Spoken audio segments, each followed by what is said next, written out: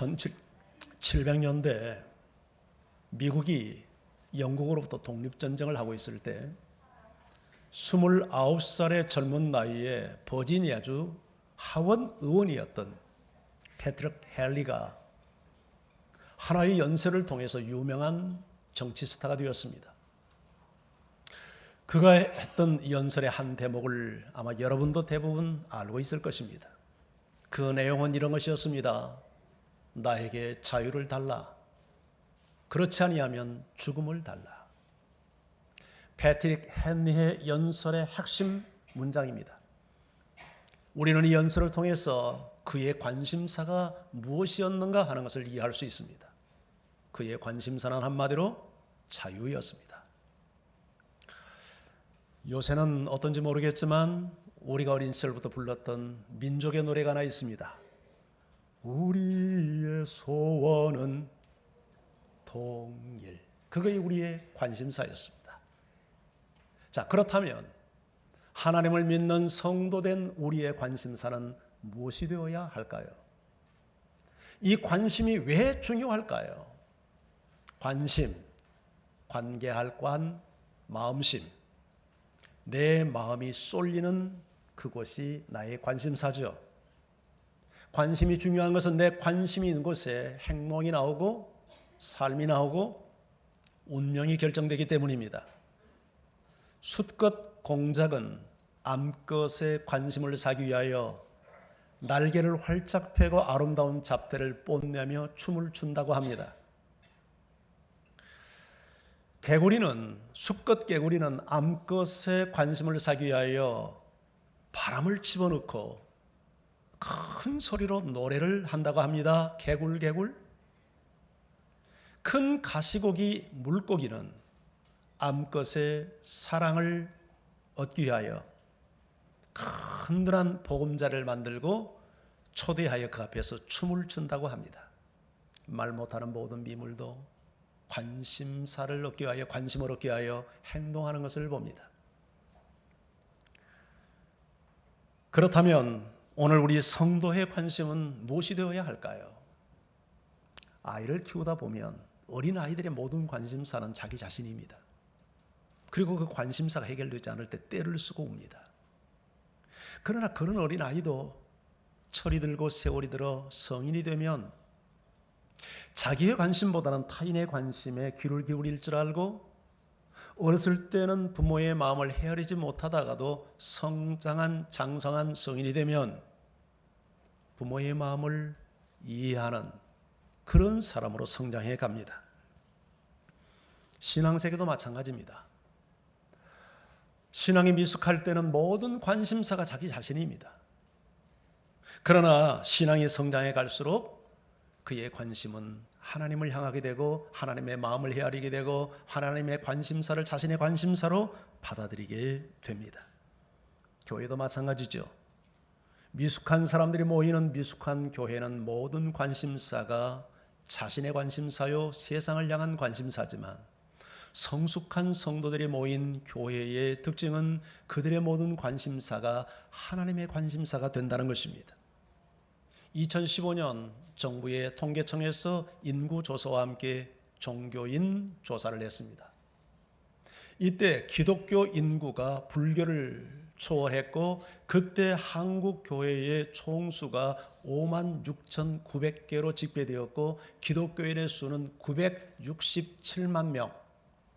대략적으로 57,000개의 교회가 있고 거의 1,000만에 가까운 기독교 인구가 이 땅에 살고 있는 것으로 정부 통계청이 조사하여 발표했습니다.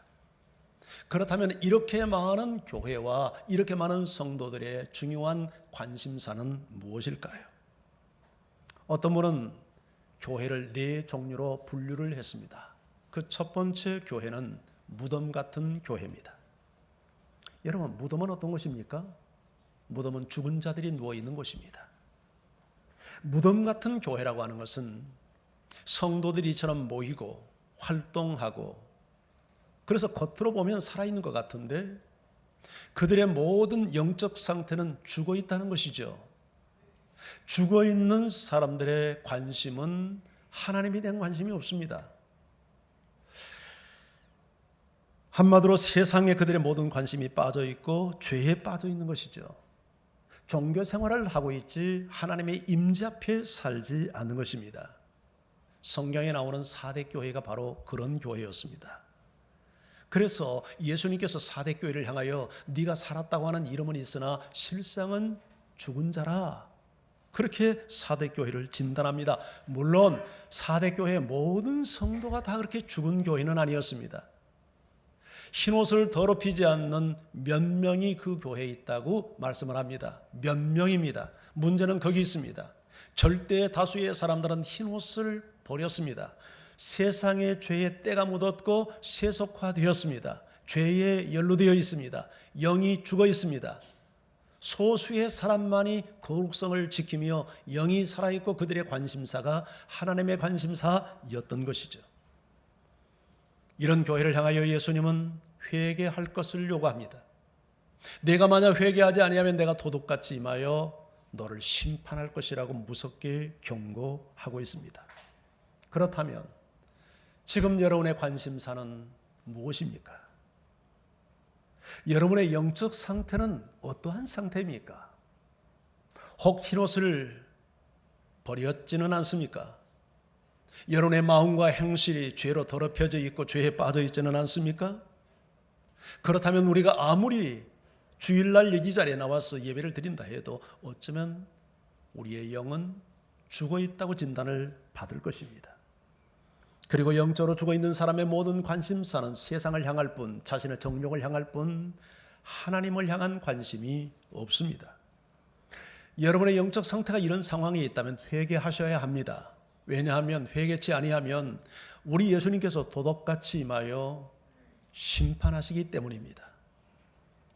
두 번째, 교회는 박물관 같은 교회입니다. 박물관은 역사와 전통을 보존하는 곳이죠. 그래서 박물관 같은 교회는 과거에 우리가 무슨 일을 해왔는가, 과거의 관습과 전통을 중시하는 교회입니다. 물론 교회 안에 아름다운 전통과 관습은 잘 존중되어야 되고 보존되어야 합니다. 그러나 앞으로 미래를 향해서 나아가기 위해서 새로운 변화와 새로운 일을 계획할 때 항상 우리는 그렇게 하지 않았다는 과거의 전통을 가지고 앞으로 나아가는 미래의 발목을 잡는다면 이것은 박물관 같은 교회요, 건강한 교회의 모습은 아닐 것입니다. 전통이 중요하지만, 과거의 관습이 중요하지만 하나님의 말씀의 권위보다 앞설 수는 없고 성령의 인도보다 과거의 전통이 더 소중할 수는 없는 것이죠. 우리가 건강한 교회로서 교회는 진리를 보수해야지 문화를 보수해서는 안 되는 것입니다. 진리는 영원합니다. 진리는 변화될 수 없습니다. 하지만 진리를 담는 그릇과 문화는 시대의 상황에 따라 변화될 수 있어야 합니다. 그래서 아마 우리 교회에 오신 분들은 느낄 겁니다. 타 교회에서 예배를 드리다가 우리 교회에 오면 요새는 많이 교회가 이런 예배 스타일로 보편화되었습니다만은 저희 교회도 처음에는 좀 몸살을 앓았습니다. 이 교회는 이단 아닌가? 예배가 이상해 달라? 그런 오해들을 받았습니다. 그러나 오늘날 지금 미국이나 한국 교회 대부분의 교회들을 보면 지금과 같은 예배 스타일의 예배를 드리는 곳들이 굉장히 많아졌습니다. 네 번째는 극장과 같은 교회입니다. 극장에는 두 종류의 사람이 존재합니다. 무대에서 활동하는 배우와 객석에서 구경하는 관객입니다. 그런데 일반적으로 무대에서 여기서 연기를 하는 배우의 숫자는 소수입니다. 그리고 대부분의 극장 안에 있는 사람들은 객석에서 구경하는 관객이죠.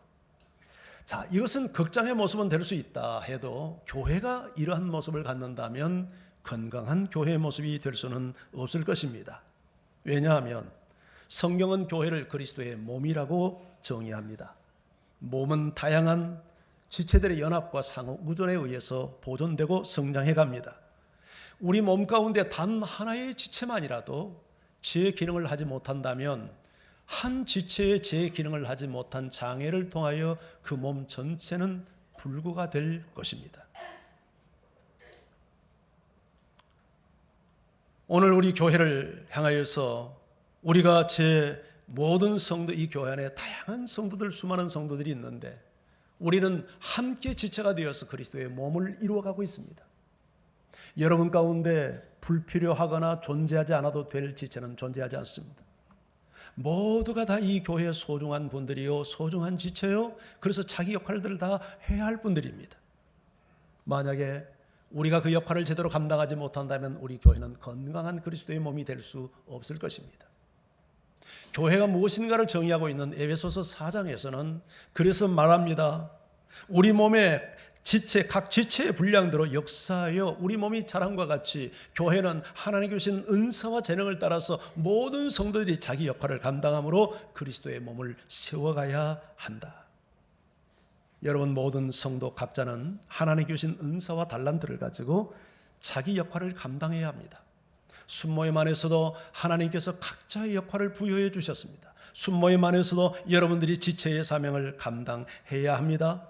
그리할 때 우리 교회는 건강한 그리스도의 몸으로 세워져 갈 것입니다.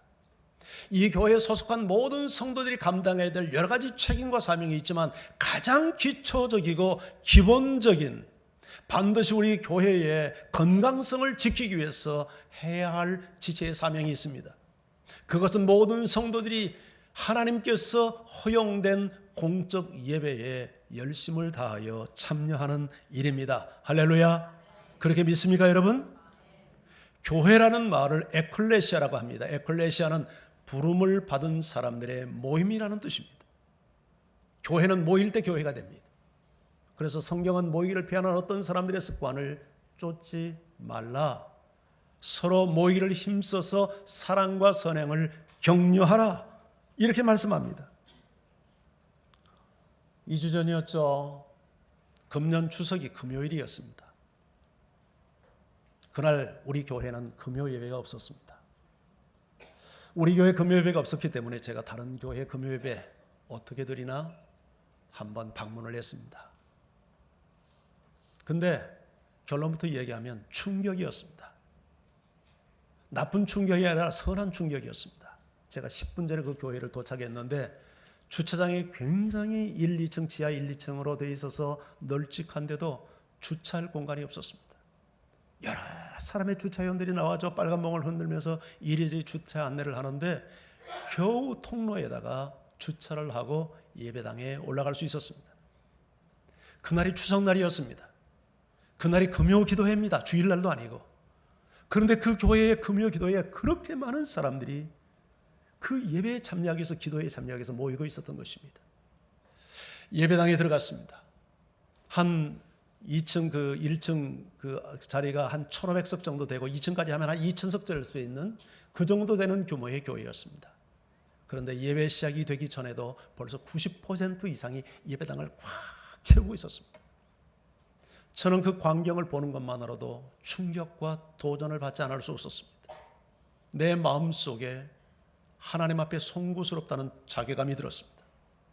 나는 우리 성도들 추석잘 보내라고 예배도 안 드렸는데 이 교회는 말이죠, 추석날 기도회를 하는데 그렇게 성도들이 열광하며 모여서 찬양하고 기도하는 모습을 보는데 문자 그대로 전율이었습니다.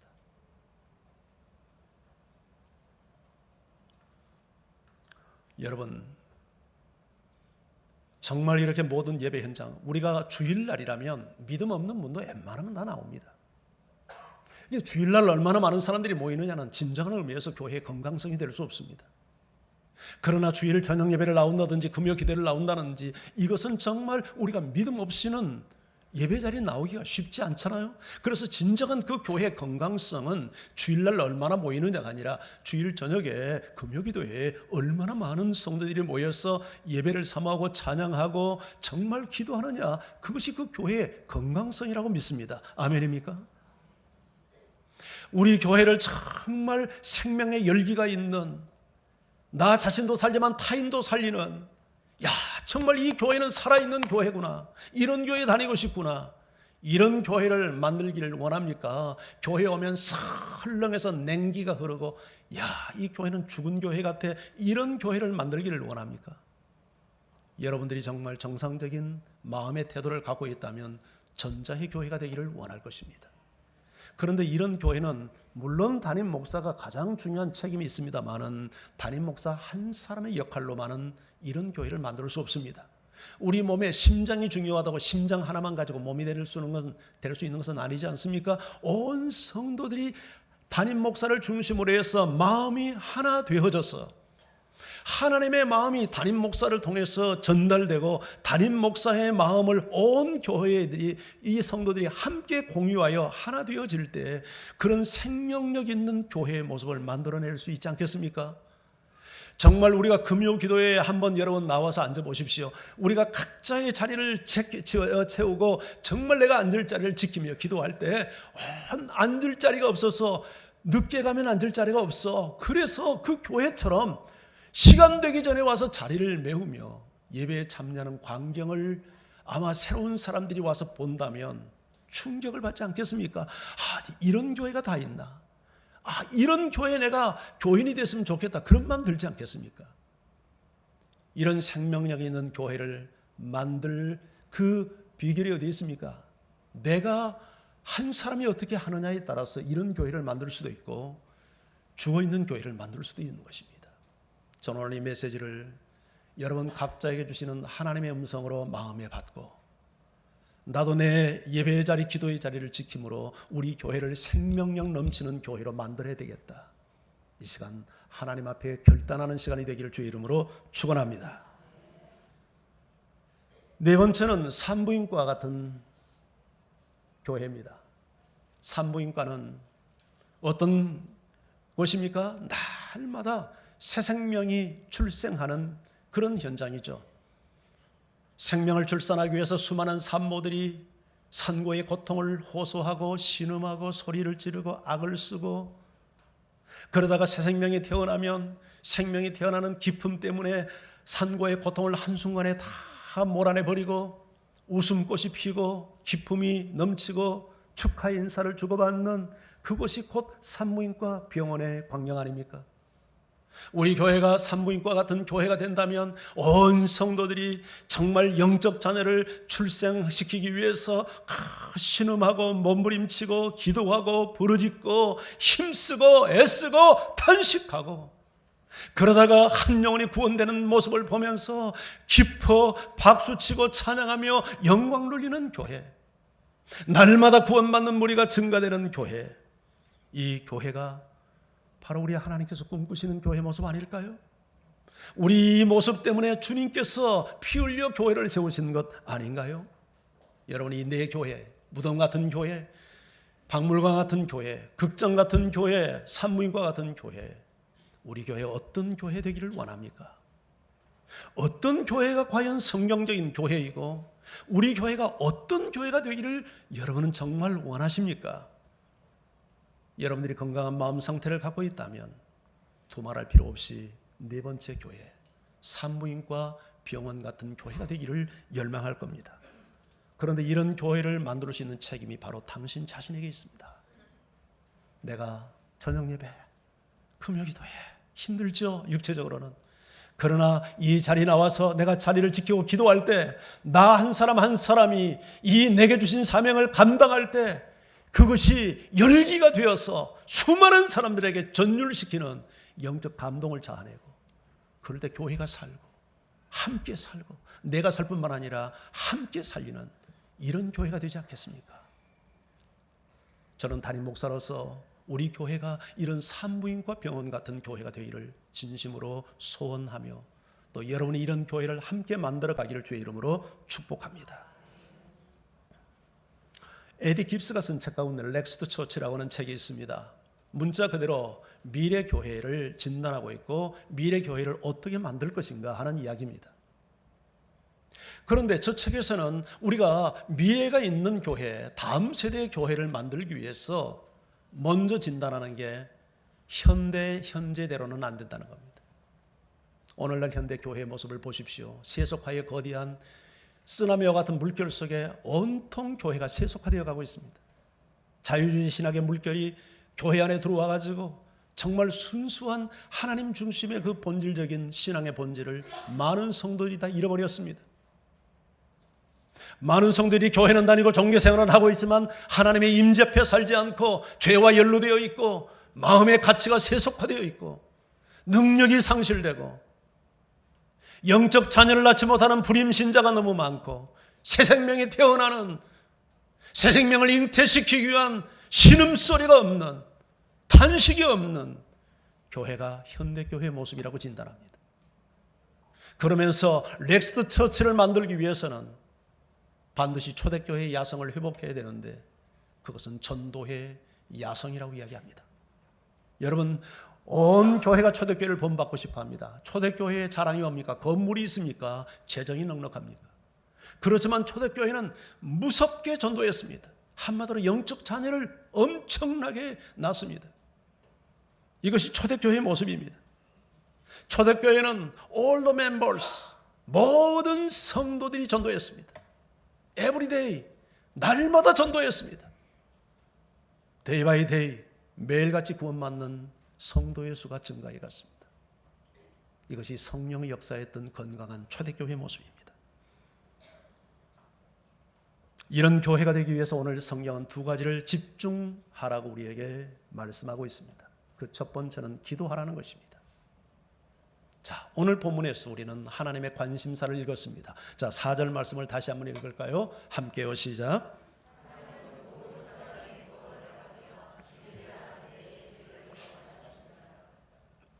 여기 원하신다는 말이 하나님이 소원한다는 뜻입니다. 하나님의 관심사입니다. 두 가지를 말씀했죠. 첫째는 뭡니까? 모든 사람이 구원받기를 원하십니다. 또 하나는요? 모든 사람이 진리를 아는데 이르기를 원하시는 것입니다. 자, 그런데 오늘 본문이 느닷없이 이 말을 하는 게 아니라 사실 오늘 본문은 1절부터 연결된 문장입니다. 자, 1절을 한번 볼까요? 자, 함께 읽습니다. 시작. 그러므로 내가 첫째로 권하노니 모든 사람을 위하여 간구와 기도와 도고와 감사를 하되, 여기 첫째로 하는 것은 서수가 아닙니다. 1번, 2번이 아니라 내가 가장 중요하게 너에게 권하는 것은 이것이다 하면서 뭐를 권합니까?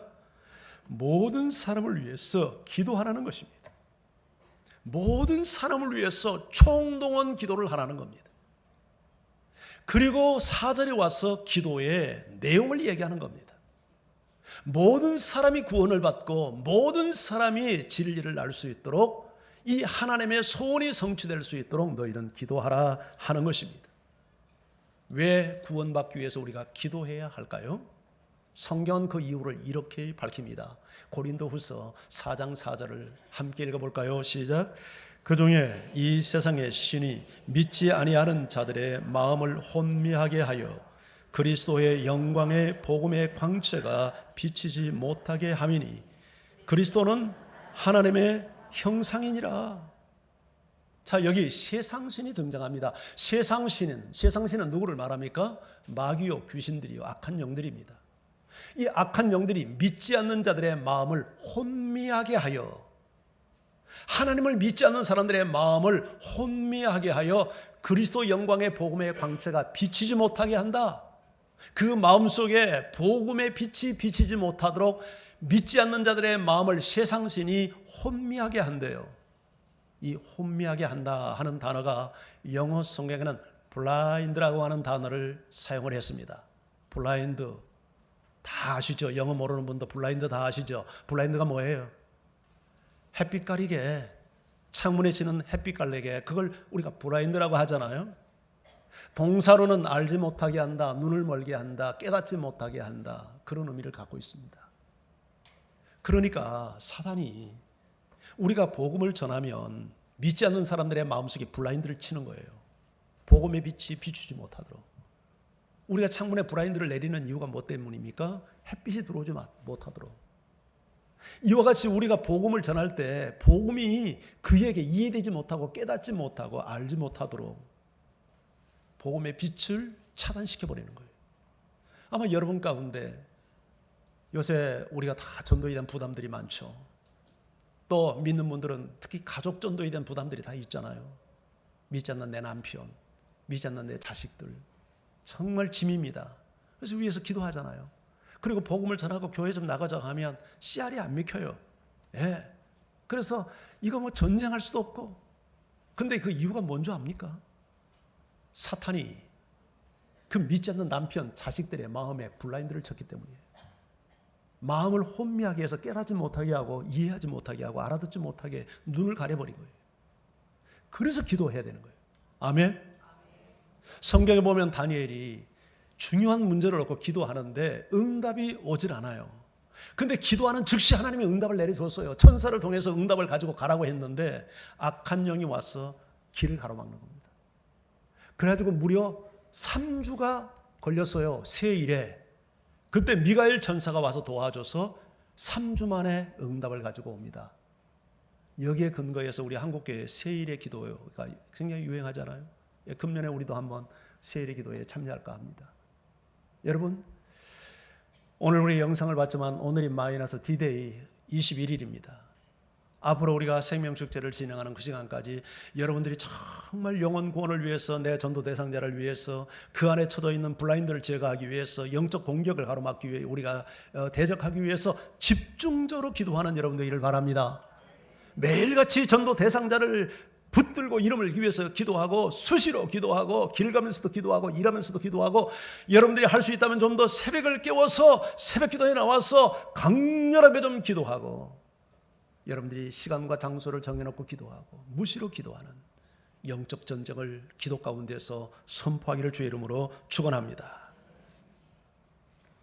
두 번째 우리가 해야 할 일은 복음을 전하는 일입니다. 사도 바울은 말했죠. 내가 달려갈 길과 주 예수께 받은 사명을 마치려 하면 내 생명을 조금 더 귀한 것으로 여기지 않겠다.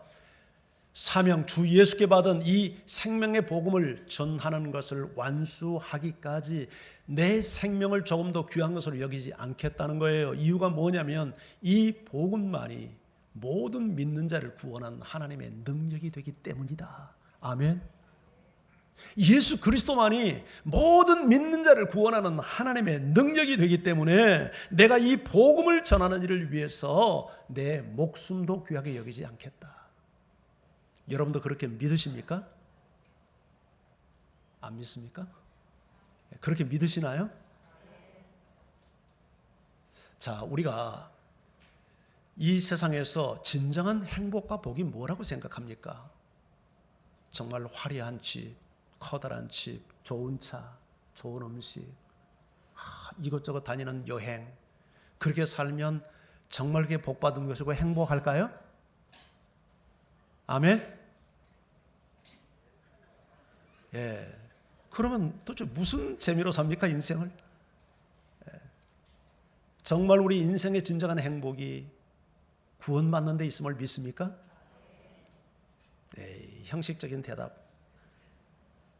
근데 이게 형식적인 대답이 진짜 아니에요. 왜 그런가 제가 말씀을 드리면 이해가 될 거예요. 어떤 사람이 무서운 살인죄를 저지르고 사형 언도를 받고 형 집행을 하게 되었어요. 이제 며칠 안에 형 집행을 하는데 고위 인사의 특별 명령으로 3일 동안 외출을 하게 되었습니다. 3일 동안 죽기 전에, 형 집행 당하기 전에 최고급 호텔 스위트룸에서 잠을 자고 최고급 음식을 먹고 최고급 승용차를 타고 다니며 자기가 가고 싶어하는 원하는 곳을 다 갈 수 있는 3일 동안의 자유를 허락했습니다. 이분은 외출을 나와가지고 최고급 호텔 스위트룸에 잠을 자고 최고급 음식을 먹고 최고급 승용차를 타고 가고 싶은 모든 것을 다 여행하고 다닙니다. 여러분 정말 이분 행복하겠죠? 그럴까요? 아마 이분이 행복하다고 생각하실 분은 없을 거예요. 왜 그럴까요? 3일 만에 화려한 휴가가 끝나면 그는 죽음 앞에 서야 돼요. 죽음의 문제를 해결하지 않고 이 세상에 누리는 그 풍요와 화려함은 절대 행복의 조건이 될 수 없죠. 반대로 이분이 죽기 전에 대통령의 특별 사면을 받아서 형 집행 자리에서 살아났다고 합시다. 그래서 집에 돌아오니 아무것도 없어. 그래서 그저 발 하나 뻗고 누울 수 있는 쪽방에서 잠을 자고 먹을 게 없어서 끊임마다 라면을 끓여 먹고 살아요. 그래도 이분은 어떨까요? 행복하겠죠. 왜 그렇죠? 죽음에서 살아났으니까. 영원한 절망에서 살아났으니까. 이것이 우리가 예수를 믿는 이유이고 이것이 우리가 복음을 전해야 될 이유이지 않습니까? 사람이 이 세상에서 잘 먹고 잘 산다고 행복한 존재가 아닙니다. 사형수와 여러분, 우리의 차이가 무슨 차이입니까? 형 집행에 시간의 유예가 조금 더 주어졌다는 차이 이외에는 아무것도 없잖아요. 3일을 살거나 30일을 살거나 3년을 살거나 30년을 살아도 그 끝이 죽음이요 영원한 심판이라면 이것을 해결하지 않고 아무리 세상에서 잘 먹고 잘 살고 좋은 데 여행을 다녀도 그게 행복이 될 수 없죠. 믿습니까, 여러분? 그래서 예수를 믿고 그래서 우리가 복음을 전하는 거죠. 지금 아프리카 돼지 열병이 이 경기도 일대를 쓸어가지고 지금 강화도까지 10만 마리가 살처분되고 살처분될 예정이라고 합니다. 중국에서는 우리보다 먼저 겪었죠. 1억 마리의 돼지가 죽었습니다. 1억 마리, 중국에서. 지금 베트남에서는 500만 마리의 돼지가 살처분되었습니다. 참 무서운 병이죠. 여러분, 이 아프리카 돼지 열병 바이러스에 한번 감염이 되면 다 죽습니다. 살 방법이 없어요. 왜냐하면 예방 백신도 없고 치료약도 없어요. 그래서 걸리면 다 죽이는 거예요. 그리고 얼마나 이 바이러스의 생존력이 강한가 하면 이게 끓여도 죽질 않고 심지어 음식을 먹어서 똥으로 나와도 그 똥 속에 바이러스가 살아있어서 전염이 되는 거예요. 그렇게 지금 우리가 비상을 하고 막 방제를 하고 그렇게 소독을 해도 구멍이 뚫려가지고 계속 지금 확산되어 가고 있지 않습니까? 그런데 이 아프리카 돼지열병 바이러스보다 더 무섭고 지독한 바이러스가 죄의 바이러스잖아요. 한 사람이 이 바이러스에 걸렸는데 온 인류가 다 전염이 돼가지고 모든 이 땅의 사람들이 전부 다 죄인이 되었고 그로 말미암아 죽음에 놓이게 되어 있잖아요. 그런데 천만다행히도 하나님께서 아프리카 돼지열병은 아직 예방 백신도 치료제도 없지만 죄의 바이러스는 치료할 수 있는 예방제와 치료제를 주셨어요. 그게 누굽니까? 예수 그리스도예요. 오늘 5절 6절이 그걸 말하고 있습니다. 자, 우리 5절 6절을 같이 한번 읽습니다. 함께요. 시작. 또 하나님과 사람 사이에 중보자도 한 분이시니 곧 사람이신 그리스도 예수라. 그가 모든 사람을 위하여 자기를 대속물로 주셨으니 기약이 이르신 주신 증거니라. 하나님은 한 분이라고 말합니다. 여러분, 종교는 같은 게 아닙니다. 불교의 하나님이나 힌두교의 하나님이나 유교의 하나님 다 같은 게 아닙니다. 진짜 하나님, 인간의 생사화복을 주관하고 운명을 주장하는 진정한 하나님은 only one, 한 분입니다. 성경에 말하는 한 분 하나님만이 진짜 하나님입니다. 그리고 그 하나님과 인간 사이를 중보하는, 구원하는 중보자 또한 한 분, 사람이신 그리스도 예수. 하나님이 인간의 몸을 입고 이 땅에 오신 예수 그리스도가 왜 중보자가 될 수 있고 구원자가 될 수 있습니까? 그분이 내가 담당해야 될 내 죄를 대속한 대속제물이 되어주셨기 때문입니다. 할렐루야. 이 대속자 되신 예수 그리스도만이 죄의 바이러스를 퇴치할 수 있는 예방 백신이요 치료제입니다. 그래서 우리가 예수를 믿고 그래서 복음을 전하는 것이죠.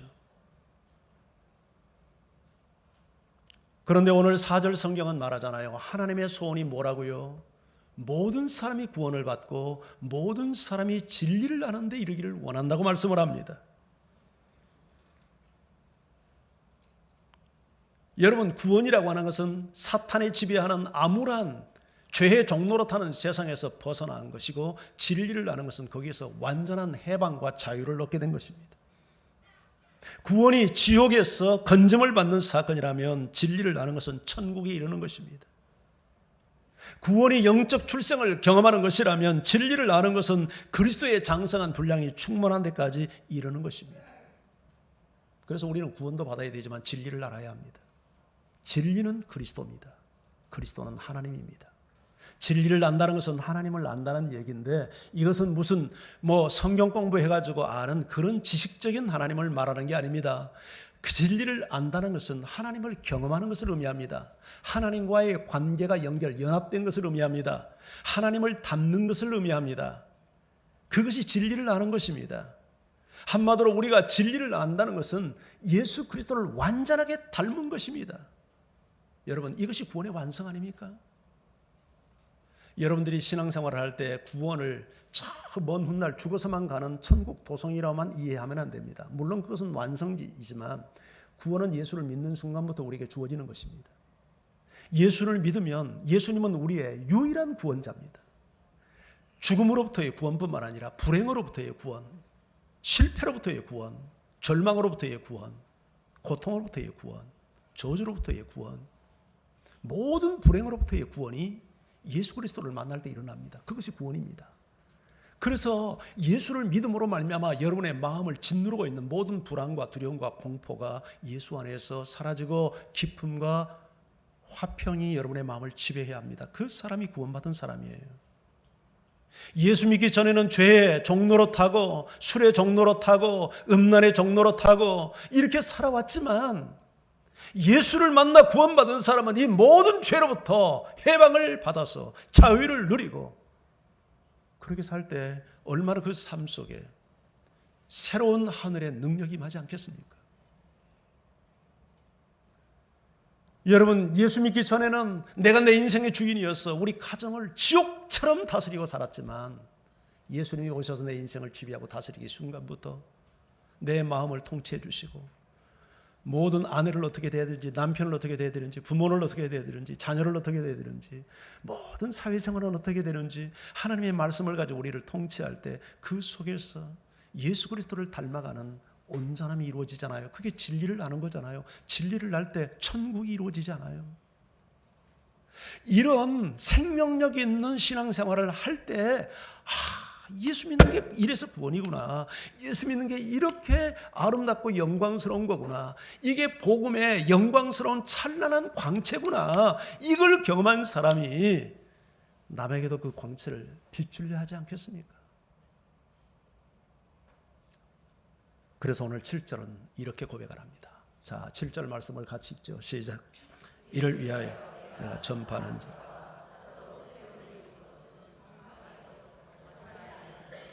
믿음과 진리 안에서 내가 이방인의 스승이 되었노라. 자, 이를 위해서가 뭡니까? 이를 위해서.